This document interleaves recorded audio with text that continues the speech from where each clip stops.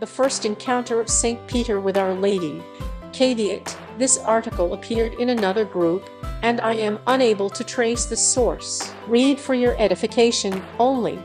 Our Lady appeared with her glory concealed to Simon Peter. He saw her with the other wedding guests as one of those fine, well-balanced, vital women of few words and many deeds, who were among the glories of Israel. He assuredly discerned in her some of the qualities of that long tradition which goes back to the prophets, and probably came in part from his lips. Glancing from one to the other, he must have noticed some resemblance between her and her son. What was it, then, that made him so different from everybody else? What was the quality in him that made one believe that whatever he said must be true? Was Simon Peter and his brother sipped their wine and wondered perhaps about the attraction that had caused them to follow this man, almost at once, wherever he happened to go.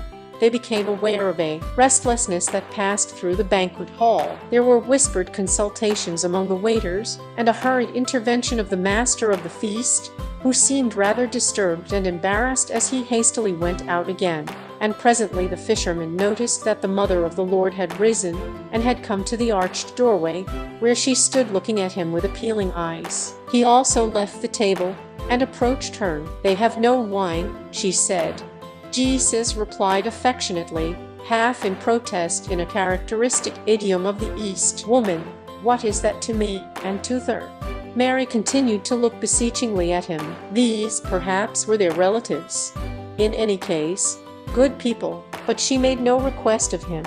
"My time has not yet come," he added gently. His eyes must have said something more, for she took this as an affirmative answer. Turning to the waiters and beckoning them to approach, she presented him to them with the words, "Whatsoever he shall say to you, do ye."